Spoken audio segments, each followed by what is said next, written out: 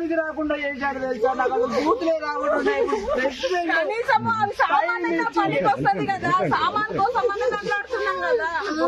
Pregnant మీరు ఏం కాపాడతారు, మీరు ఏం రాష్ట్రం మీది కాపాడడం కోసం చేస్తున్నారని అంటున్నారు. ఇది ప్రజల క్షేమం మమ్మల్ని ఇంటి తగలబెట్టేయండి. ఒక రోజు ఎప్పటికైనా సచ్చేది, ఎప్పటికైనా సచ్చేది. ఒక రోజు ఇంటి తగలబెట్టేయండి నన్ను. ఈ కొట్లాటలు ఈ కొట్టలు ఇవన్నీ చేయకండి. ఒక రోజు తగలబెట్టేయండి. ప్రాణం మీద నాకు ఆశ లేదు. ఎప్పటికైనా సచ్చేది. ఇంకేం చూస్తాము, ఇంకేం చూస్తాము. నా సామాన్ పోయే వరకు నేను నా కొడుకు ప్రతి కష్టం. నా సామాన్లు పోయినాక గుల్లగొట్టుకుని ఏమైనా చేసుకోండి. సామాన్లు పోతాయి, మా సామాన్లు పోయినాక మీ ఇష్టం ఏమైనా చేసుకోండి. సామాన్లు పోయే వరకు నేను గుల్లగొట్టండి. నా సామాన్లు నాకు కావాలి. నా కొడుకుది ప్రతిదీ కష్టము. ఈ ప్లేస్ అంటే నాది కాదు, నాది కాదు ప్లేస్, నాది కాదు. నా కొడుకు రెండు తీసుకున్నాను. సామాన్లు పోయినాక మీ ఇష్టం ఏమైనా చేసుకోండి. నా కొడుకు అయితే అదృష్టం గుంజుకోలేరు. నా కొడుకు ఇంకా ఇంకా డబల్ కడతాడు. నేను రాసి ఇంత అన్యాయమా రేవంతుని ప్రభుత్వం, ఇంత అన్యాయమా? నీ కొడుకు ఓటేసిన నాయన నువ్వు ఉండాలే బాగుంటది అనుకున్నాం కానీ ఇంత అన్యాయమా నాయన? నా కొడుకు తప్పు కాదు, మీరు ఉండొచ్చు కానీ టైం ఇవ్వండి. ఓనర్స్ తప్ప, నా కొడుకు రూపాయి పెట్టింది నా కొడుకు తప్ప. నీది న్యాయమా చెప్పు. అవును, రెండుకున్న వాళ్ళకు టైం ఇయ్య, సొంతం కట్టుకున్న వాళ్ళకు టైం ఇయ్యకు.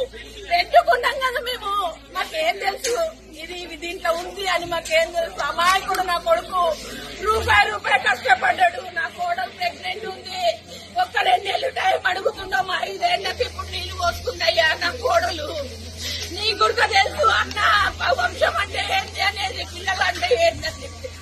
మేము ఎంత కష్టపడి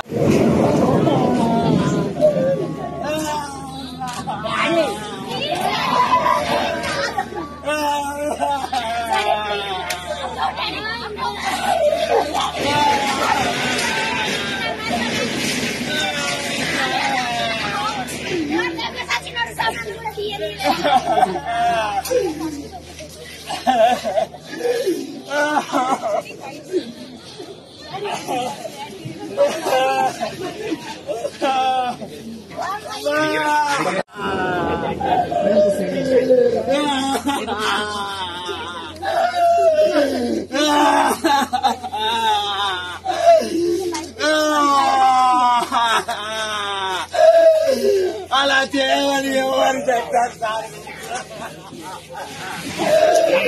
ఎక్కడి నుంచి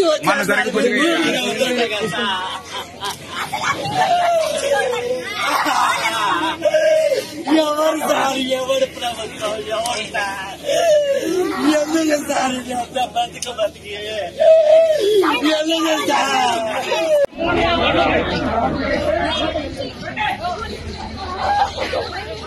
ఎంతగానో కన్నీరు మునిగిపోతున్న విజువల్స్ కూడా మనం